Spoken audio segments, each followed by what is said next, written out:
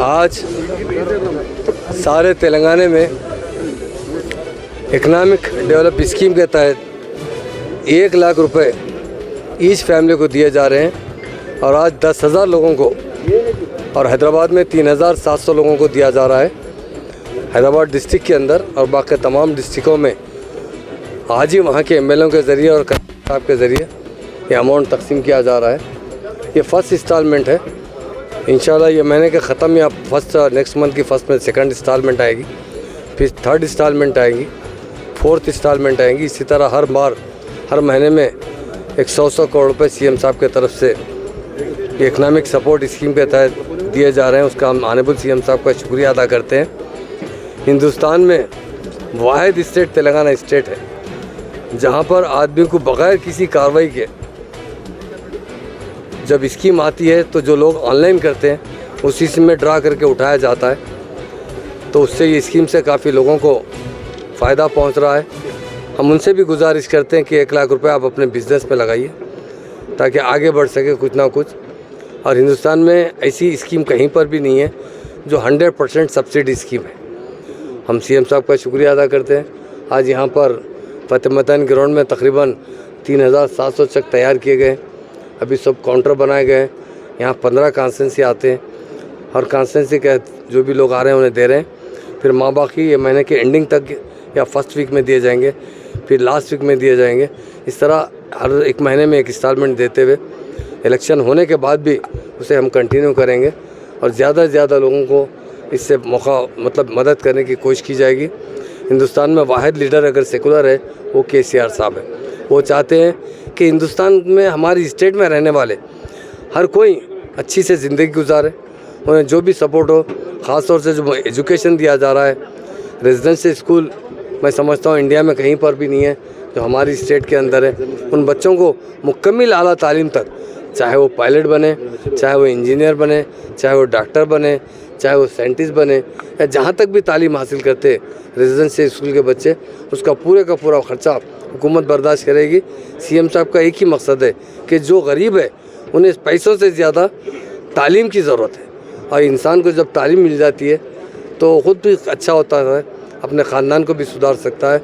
हमारा जो overseas scholarship scheme है, हम हज़ारों बच्चों को अमेरिका, ऑस्ट्रेलिया, लंदन मुस्लिम बच्चों को भिजा चुके हैं जो आला तालीम हासिल करके आ चुके भी हैं, पढ़ रहे भी हैं। तो सीएम साहब का एक ही मकसद है जितने कौमें हमारे पास रहते हैं सभी के सब खुशहाल रहें। और ख़ास तौर से माइनॉरिटी कमेटी ज़रा बहुत ज़्यादा बैकवर्ड है क्योंकि पिछले 50 साल यहाँ पर कांग्रेस ने हुकूमत की, कभी भी वो माइनॉरिटी की एजुकेशन पर तवज्जो नहीं दी। यकीनन सीएम साहब माइनॉरिटी एजुकेशन पर तवज्जो दे रहे हैं और इकनॉमिक सपोर्ट के ज़रिए उन्हें डेवलप करना चाहते हैं। उसका हम शुक्रिया अदा करते हैं और इंशाल्लाह फिर आने वाले इस महीने के आखिरी में या हैदराबाद के अलावा सारे तमाम डिस्ट्रिक्टों में प्रोग्राम किया जाएगा। उसी तरह फिर नेक्स्ट मंथ में भी किया जाएगा। ऐसा एक इंस्टॉलमेंट में 100 करोड़ रुपए सैंक्शन करने। फिर ये साइट चालू होंगे ऑनलाइन करने के लिए? देखिए साहब, जब तक ये लोगों को नहीं देंगे फिर और ऑनलाइन कर देंगे तो मुश्किल हो जाएगा। पहले बहुत से लोग अभी तक नहीं करे साहब। तो नहीं, अभी क्या करेंगे, हमें 2 लाख का कुछ 16,000 एप्लीकेशन आ चुके बता रहे हैं। इसका स्क्रूटनिंग होने के बाद साहब पूरों को तो स्कीम में नहीं आते।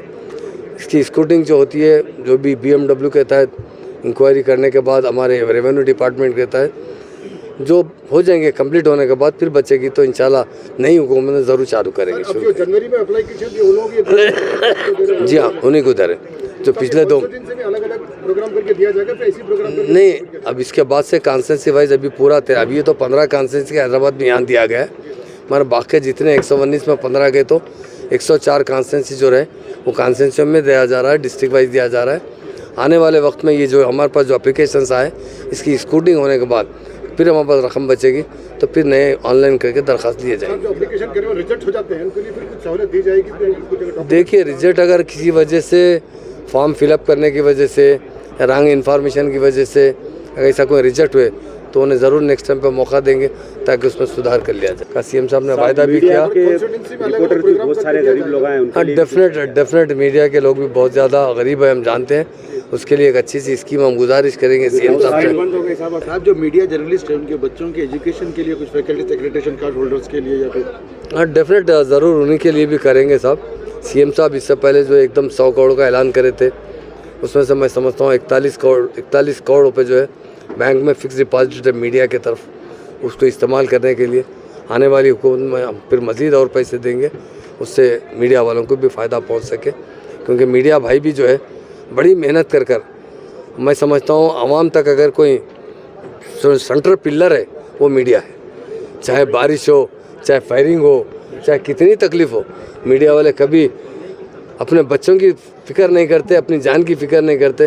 पर न्यूज़ पहुँच कार्ड नहीं है उनको क्या सहूलत रहेंगी मीडिया? इंशाल्लाह बनाने लगेंगे, दरख्वास्त दीजिए, वो भी ज़रूर कोशिश करेंगे, एक्रेडिटेशन कार्ड देने के लिए कोशिश करेंगे सिलाई मशीन्स का कब डिस्ट्रीब्यूशन? इंशाल्लाह। ये का 5-6 दिन 8 दिन के बाद, अभी 25 तारीख को मस्जिद का इफ्तिताह है, सेक्रेटरीट का मस्जिद का इफ्तिताह होगा, उसके बाद अनीसुल गुरबा का इफ्तिताह होगा, उसके बाद नारायणपेट के अंदर एक आशुर खाना टूट गया था उसका इफ्तिताह होगा, और अंबरपेट की मस्जिद है, ब्रिज बनने के बाद नीचे मस्जिद बनाई जाएगी, उसके लिए जो छोटे मोटे काम है वो पूरे मुकम्मल कर दिए जाएंगे ताकि किसी भी मुसलमान भाई को। बोले साहब मीडिया को डबल बेडरूम देंगे बोल के, बोले अभी 9 साल हो गया, अभी भी किराए बन रहे पूरे। साहब अभी ये बताया ना हमें, अब हम लोग कितने साल के बाद आए, 77 साल में से 9 साल निकाल दीजिए।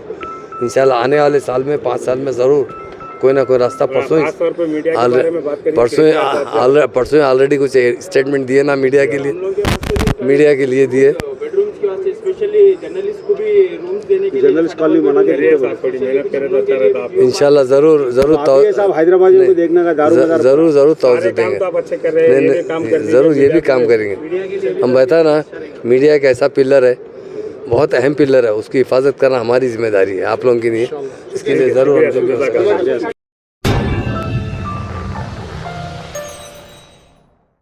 Germanton super speciality hospital, doctor Mir Jawad Zar Khan, senior experienced orthopaedic surgeon, bone fracture, joint replacement, hip replacement और स्पाइन सर्जरी कामयाबी से अंजाम दे रहे हैं।